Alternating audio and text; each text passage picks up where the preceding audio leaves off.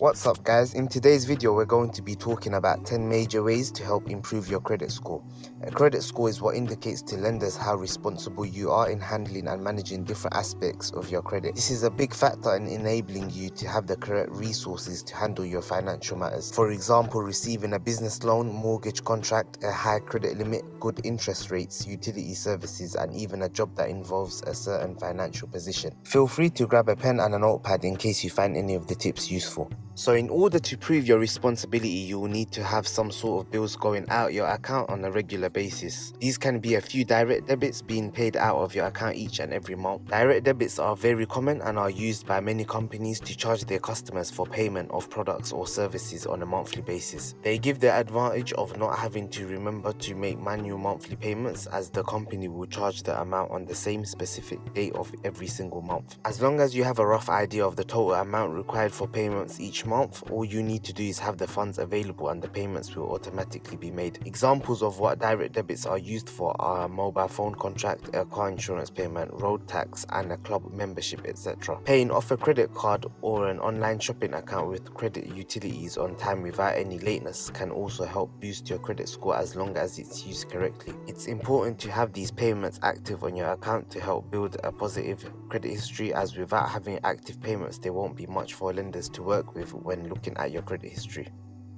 Registering yourself on the electoral roll. This is a really simple way to prove the authenticity of your credit information that surprisingly some people are unaware of. In the UK, this can be done by registering yourself to be able to vote, which will mean your name will be on the electoral register. It doesn't take long at all and will help lenders verify your address and information when carrying out a credit search. It's also important to make sure you vote every year so that your name does stay updated on the register. It is important to keep your credit utilization low and spend well within your means to show lenders that you are responsible with your credit regardless of how much of it is available to you. What this means, for example, is that if you have a £5,000 credit limit and spend 20 to 30% of that, which would be anywhere in between £1,000 to £1,500, and then you pay this off before your billing date, not only will you be avoiding paying any interest, but you'll also be maintaining a very healthy habit of spending. Being consistent with this habit will really help to boost and improve your credit score and will give you a positive, lengthy credit history. Essentially what this means, guys, is that you need to have some sort of self-discipline and not spend unnecessarily. Maybe hold off on that new coat that you wanted to buy, and maybe instead of buying that new car that you wanted straight away, you could wait another year or two, especially if the one you currently have is working perfectly fine. And really, there's no need to eat out 3 or 4 times a week when there's food at home. I mean, just really assess if you actually need what you're buying instead of just buying it for the sake of it. This video was recorded in 2020, a time where there are a lot of credit options available for customers in a variety of forms, from the traditional credit card accounts to online shopping retailer accounts, with built-in credit functionality such as Veri to the newer pay later or installment apps such as Klarna, Laybuy and ClearPay, etc. Whichever form of credit you are using, one important factor you need to consider is whether or not you can afford to pay on time each and every month. Not only is paying late bad for your credit score, but it can also mean you incur late payment fees.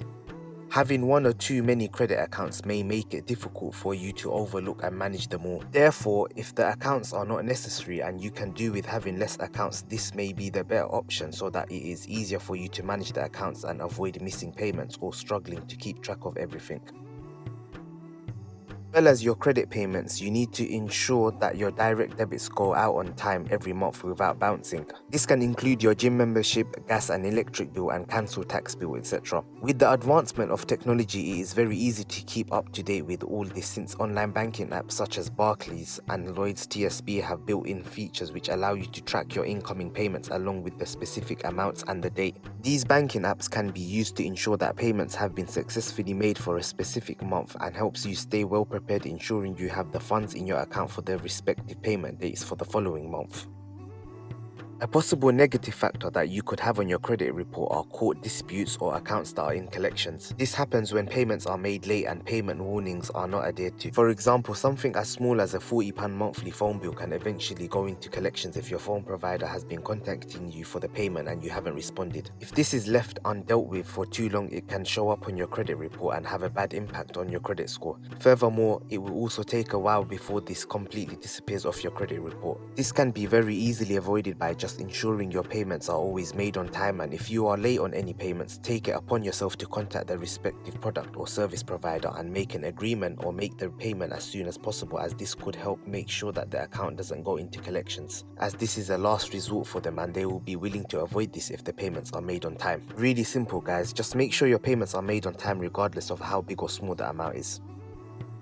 Earlier on, we touched on how important self-discipline is, and now we're going to briefly elaborate on this. Self-discipline is key when it comes to maximizing chances of financial stability. Remember, credit is money that is borrowed, not money that you have. Credit can be like a double-edged sword. On the one hand, if used correctly, it can really help build your credit and provide you with various opportunities in the future. On the other hand, if not used correctly, it can damage your credit history, and in the future will really make lenders hesitant in being able to deem you trustworthy enough to provide a product or service to you in the form of credit. If you don't feel that you can trust yourself when it comes to spending credit, then it may be better to avoid having any credit at all until your relationship with your spending habits are improved. From there onwards, you can start off with a small credit limit and work your way up. This is very important, since if you overutilize your credit, you can end up in debt, and this can also have a bad impact on your credit score.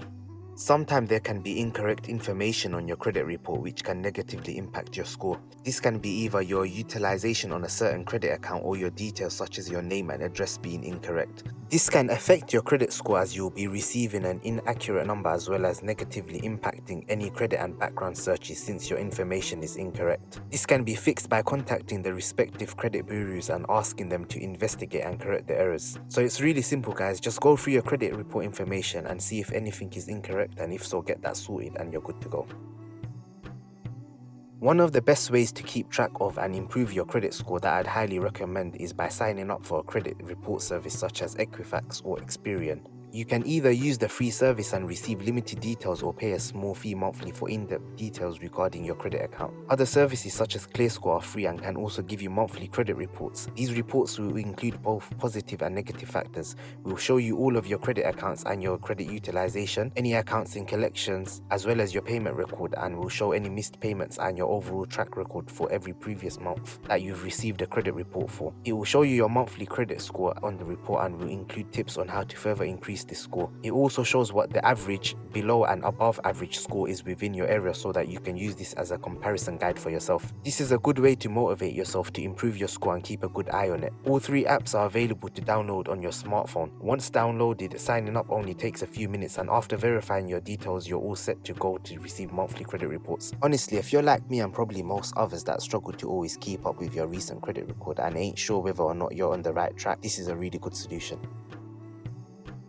This one is really simple. If you make too many credit applications, it has a negative effect on your credit report, since searches stay on there for a while. Making too many at one time, especially when you've been rejected, makes it seem like you're a bit desperate for credit, so to speak. Therefore, it's important that you space out your credit applications and don't apply for too much credit at any one given time. This also goes for applying for too many unnecessary credit accounts. It's better to have one account with a £5,000 credit limit rather than having two separate accounts with a limit of £2,500. Not only does it make it easier to manage your accounts and ensure that the accounts are active since they're actually needed, but it also helps you have a worthy credit history on the account for a longer duration of time, and this is important since it is better to have a few accounts open for a long period of time rather than having many accounts that have only been open for a short period of time.